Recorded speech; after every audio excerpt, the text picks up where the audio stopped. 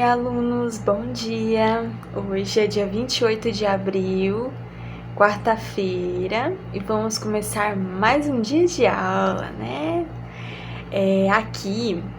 Hoje nós vamos começar com a aula de ciências, tá? Vamos lá. Vocês vão abrir o livro de vocês nas páginas 28 até a 31. Lá na página 28, temos aqui, medindo a pulsação. É uma atividade prática que vocês vão fazer. Medindo a pulsação. As batidas do coração podem ser percebidas pela pulsação. Para saber se o coração bate mais rápido ou bate mais devagar, costuma-se contar quantas vezes ele bate em um minuto. O que você vai fazer? Você vai usar um cronômetro para medir a sua pulsação antes e depois de uma atividade física. Material, você vai usar um relógio ou um celular com um cronômetro. Como você vai fazer?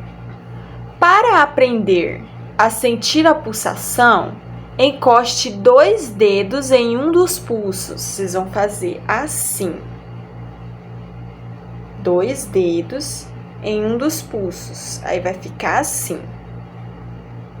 Ou também aqui no pescoço, assim, ó, nessa partezinha do pescoço, ó, bem aqui. Vocês podem fazer assim também. Aí, você vai apertar levemente aqui no pulso, você vai apertar levemente até você sentir a pulsação. E aqui, você também, você encosta os 2 dedos na lateral do pescoço, aí você vai respirando, soltando, aí você vai sentir a pulsação, tá? Depois, na etapa 2, formem duplas. Um aluno vai ficar sentado em uma cadeira por 2 minutos, em repouso. E o outro deve marcar o tempo com cronômetro ou relógio. Então aqui, não tem como fazer com um colega, vocês podem fazer com algum familiar de vocês, alguém da família, tá bom?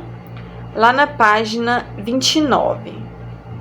Passados os 2 minutos, quem marcou o tempo deve achar a pulsação do colega e contar o número de batimentos dele durante 15 segundos e vai anotar na tabela abaixo.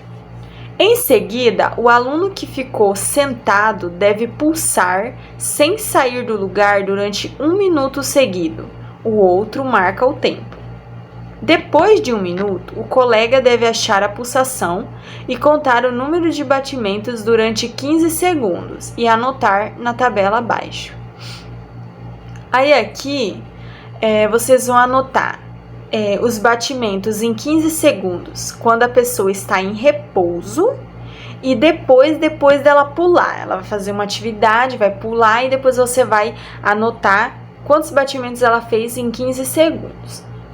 Sabendo que 1 minuto tem 60 segundos, calcule a quantidade de batimentos por minuto, em repouso e depois de pular. Existiu diferença no número de batimentos por minuto durante o repouso e depois de pular? Será que teve alguma diferença no número de batimentos que você fez por minuto, quando você está em repouso e depois de pular? Será que tem diferença? É possível sentir outras mudanças no corpo depois de pular por 1 minuto? Será que a gente sente alguma coisa no nosso corpo depois que a gente pula muito? Como que a gente fica? Que sensação será que a gente tem? Aí vocês vão anotar as respostas ali, tá? Aí lá na página 30, tá escrito bem assim. Cuidados com a postura. A posição em que mantemos nosso corpo ao sentar, deitar ou nos movimentar é chamada de postura. O jeito que a gente senta é postura, tá? Estar atento à nossa postura é uma forma de cuidar da saúde. Então, a gente não pode sentar de qualquer jeito. Por exemplo, a gente não pode sentar assim, com a coluna toda torta. A gente tem que sentar reto, né? Você já prestou atenção na sua postura? Você já prestou atenção em como você senta? Será que você senta certo? Demonstre para um colega a sua postura ao caminhar. Manter uma postura correta evita que o corpo faça esforços desnecessários que possam causar lesões. A postura adequada ao caminhar é olhar para frente, manter os braços no ritmo dos passos. Então, assim que você tá, da mesma forma que você está movimentando as pernas, você tem que ir com os braços. Você não pode andar com os braços reto, porque senão não vai dar certo, né? Os ombros tem que estar para trás e o peito aberto, né? Postura, manter as costas retas, dobrar os joelhos quando você vai movimentar a perna, não pode andar todo duro. E para sentar, também é preciso ficar com as costas retas, deixar os pés apoiados no chão. Vocês têm que deixar os pés apoiados no chão e sentar reto, corretamente, tá? Mas lembre-se, se você ficar muito tempo numa mesma posição, é muito cansativo e também não faz bem. É necessário sempre mudar de posição ou levantar, caminhar um pouco, né? Depois que você ficou muito tempo sentado, você deve levantar, caminhar, andar, fazer alguma atividade, né? Dicas para o uso da mochila, que nós temos na página 31, algumas dicas como você deve usar sua mochila nas costas. A mochila é uma ótima aliada no dia a dia. Então, ela ajuda também na postura, tá? Veja algumas dicas. Escolha uma mochila com alças largas. Então, não pode ser uma mochila que tem uma alça fina, né? Que vai pesar muito. Porque também a largura da alça ajuda, né? No peso da mochila nas costas. E ela também não pode ser muito grande, ela tem que ser de um tamanho correto, tá? Ajuste as alças da mochila para que ela fique na altura dos ombros. Então, a mochila ela não pode ficar lá embaixo, ela tem que ficar na altura do seu ombro, tá? Evite carregar ela apoiada só em um ombro, porque tem muita gente que carrega só ela em um ombro, então não pode, porque isso prejudica a nossa postura, prejudica a coluna, ainda mais se a mochila estiver muito pesada. Coloque os livros e os cadernos maiores e mais pesados perto das costas. Então, por exemplo, vocês têm um livro muito grande, muito pesado, você tem que colocar ele atrás, na parte que fica atrás das costas, tá?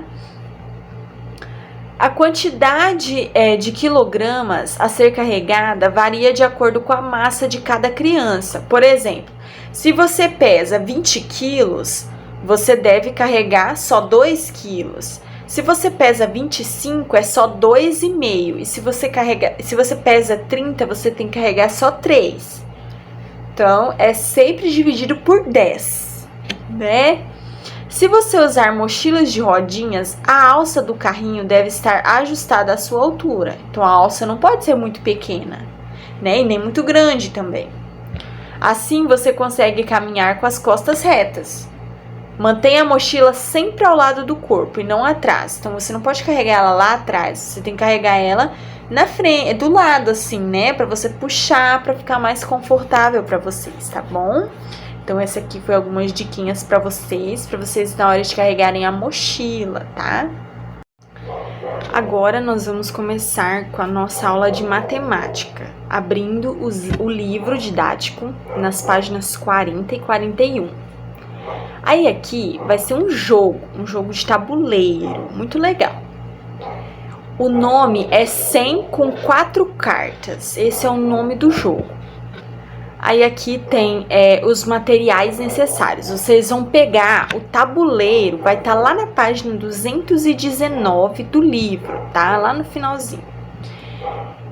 Aí vocês também vão confeccionar 32 cartas. Essas 32 cartas vão estar divididas em 6 cartas com o número 10, 6 cartas com o número 20, 4 cartas com o número 40, 4 cartas com o número 30, 4 com o número 50, 2 com o número 60 e 2 com o número 70. E 4 coringas. Aí esse coringa você pode desenhar estrela, pode desenhar uma flor, do jeito que vocês quiserem, tá? O número de jogadores é de 2, 3 ou 4, tá? As regras.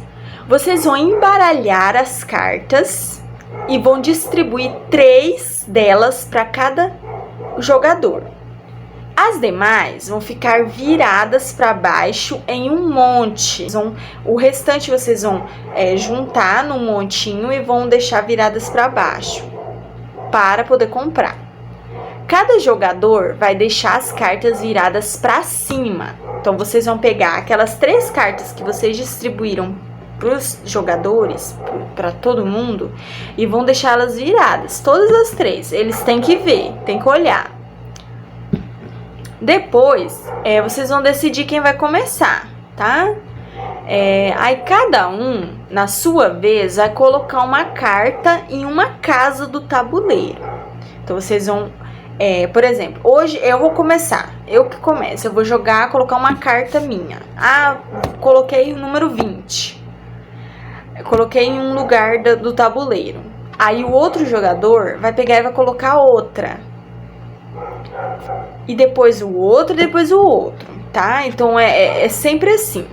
Pode ser 2 jogadores, ou 3 ou 4, não tem problema. Mas sempre vai ser na ordem, tá? Não pode ser mais que 4 também, porque senão não vai dar certo.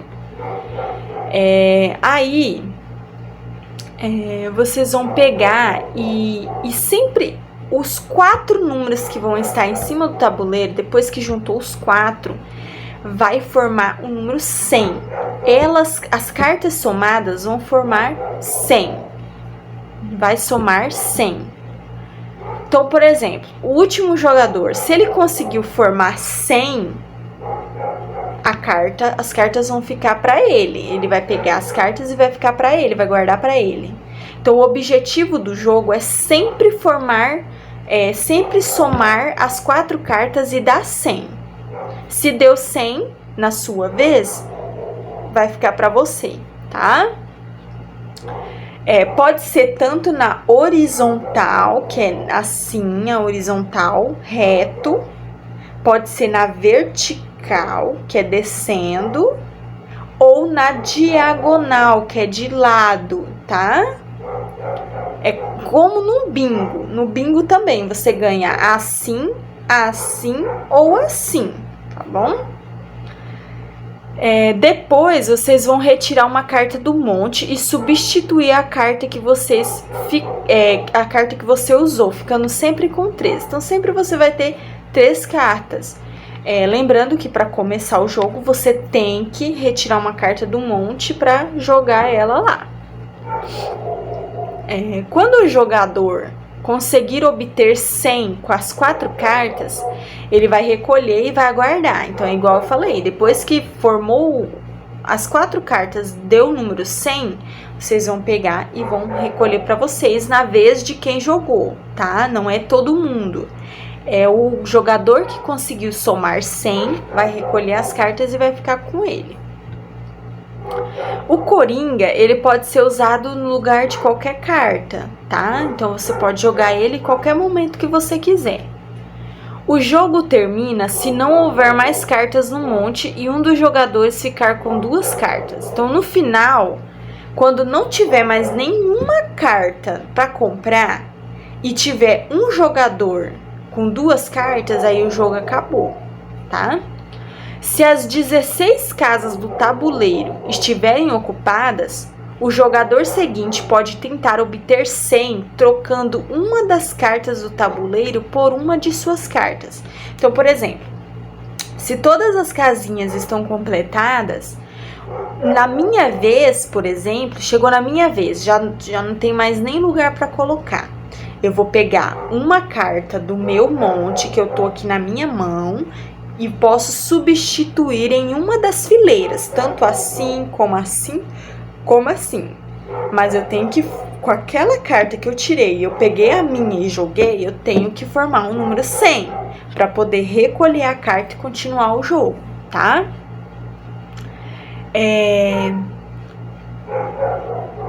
Se ninguém conseguir, o jogo terminará e vence aquele que tiver guardado mais cartas. Então, se ninguém conseguir obter 100, por exemplo, chegou na minha vez, eu não consegui obter 100, depois que tá tudo completo lá, o tabuleiro. Se chegou na minha vez, eu não consegui formar 100, na vez do outro não deu 100, na vez do outro também não deu 100, na vez do outro também não deu 100, eu posso terminar o jogo e contar quantas cartas eu guardei pra mim, cada um vai contar, e aquele que tiver mais venceu o jogo, tá? Aí lá na página 41, vocês vão responder a respeito do jogo, tá? Número 1, por que não tem cartas com o número 80? Por que vocês acham que não tem? Porque lá tem 10, 20, 30, 40, 50, 60 e 70. Não tem 80, não tem 90. Por que será que não tem o número 80? Número 2, veja as cartas que estão no tabuleiro abaixo e responda a pergunta de Júlia. Aqui, ó. Aqui no tabuleiro tem o número 30 e o número 10 lá embaixo. Na fileira em que estão as cartas de número 30 e 10, quais cartas que eu posso jogar para obter 100? Então aí vocês vão pensar. Eu já tenho o número 30, já tenho o número 10. 30 mais 10 dá 40. Então, quais outras cartas que eu posso jogar para combinar para dar 100? Aí vocês vão olhar e vão escrever. Observe a seguinte situação de jogo. Ali tá o Otávio e a Laís jogando. Lá na primeira fileira tem o 20, o 30 e o 40. Depois tem o 20, depois tem o 10, depois 50 e o 10. A Laís, ela pode completar 100 nessa jogada? Se ela quiser, tem como ela completar 100? Em uma das fileiras ali, tem como ela completar 100? Só com as cartas que ela tem na mão? Aí vocês vão somando uma por uma para ver se vai dar 100. Se fosse a vez de Otávio, que carta ele deveria jogar para completar 100? Então, se fosse a vez de Otávio, qual carta das que ele tem na mão ele poderia jogar para obter o número 100? Aí vocês vão analisar, vão contar certinho e vão ver se tem como ou se não tem, tá? Qual a carta que ele deveria jogar para completar 100. Então, essa foi a aula de hoje, espero que vocês tenham gostado. Façam todas as tarefas e mandem lá no grupo para a professora fazer a correção, tá bom? Um beijo e até amanhã!